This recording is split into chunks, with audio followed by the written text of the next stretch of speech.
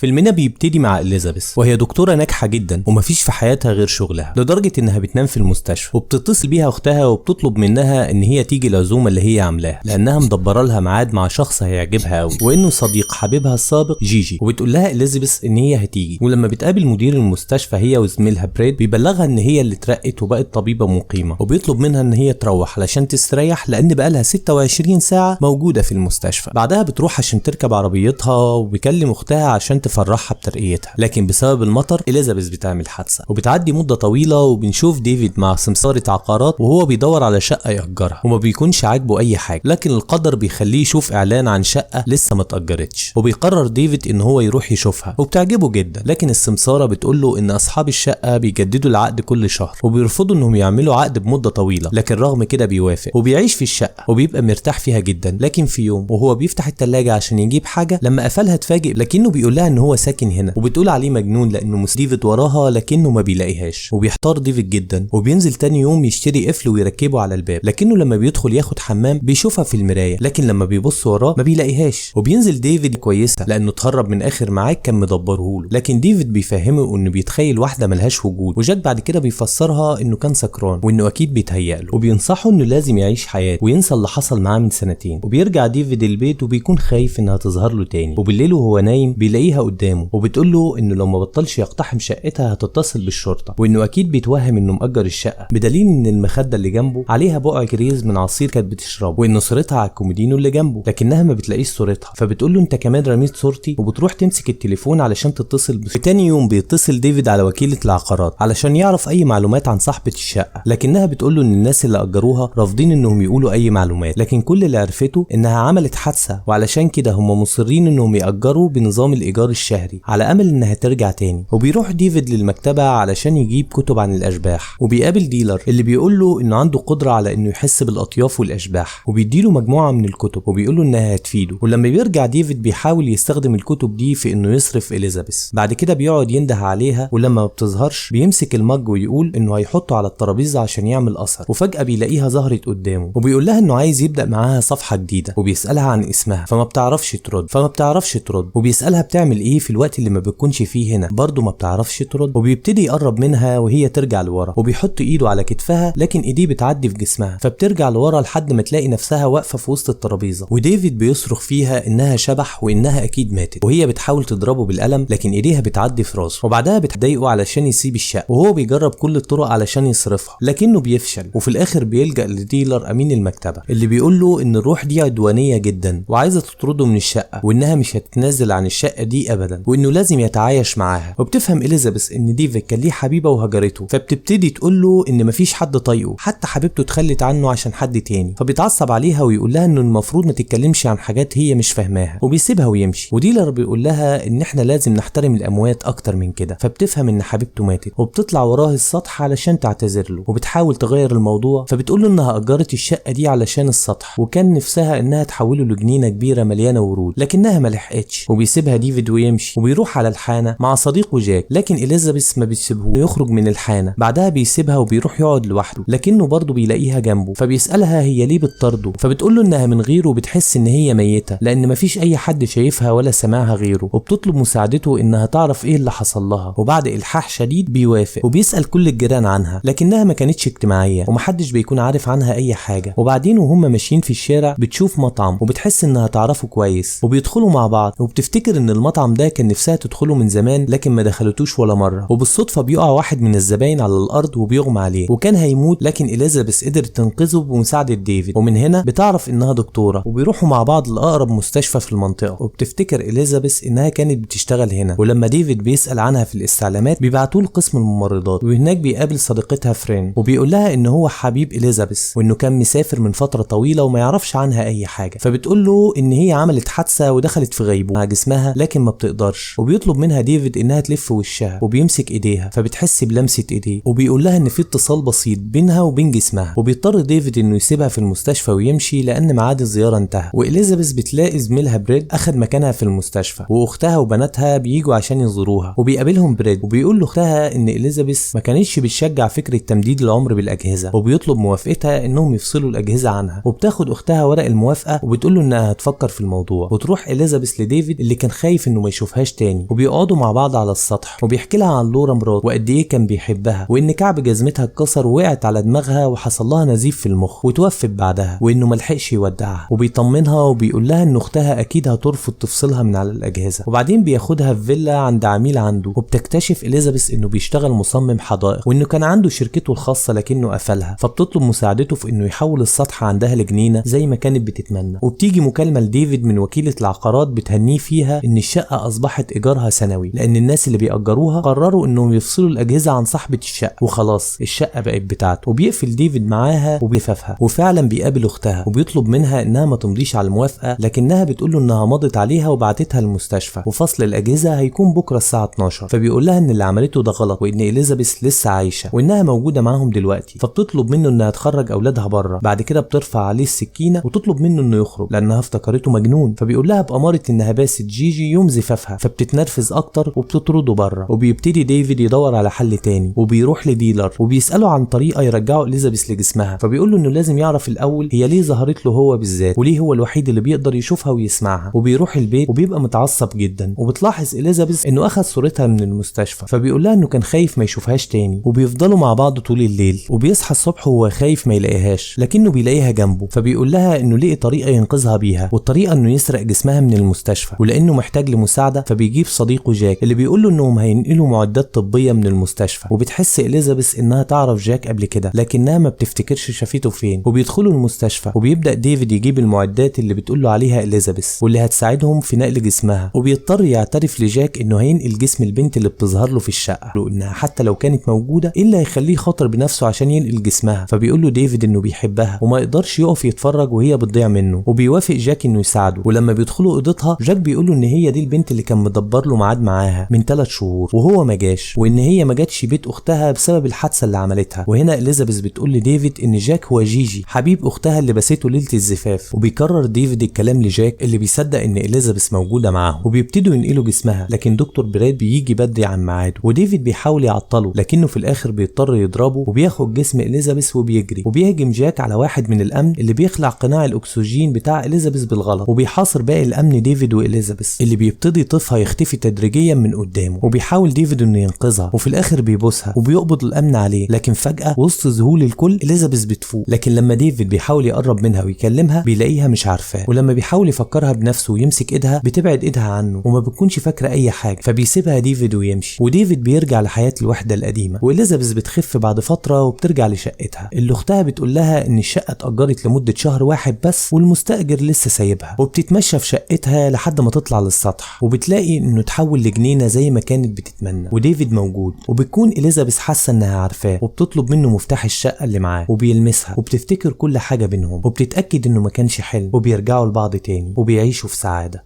بس خلاص، لو عجبك الفيديو اعمل لايك واشتراك وفعل الجرس، واستنونا في فيلم جديد.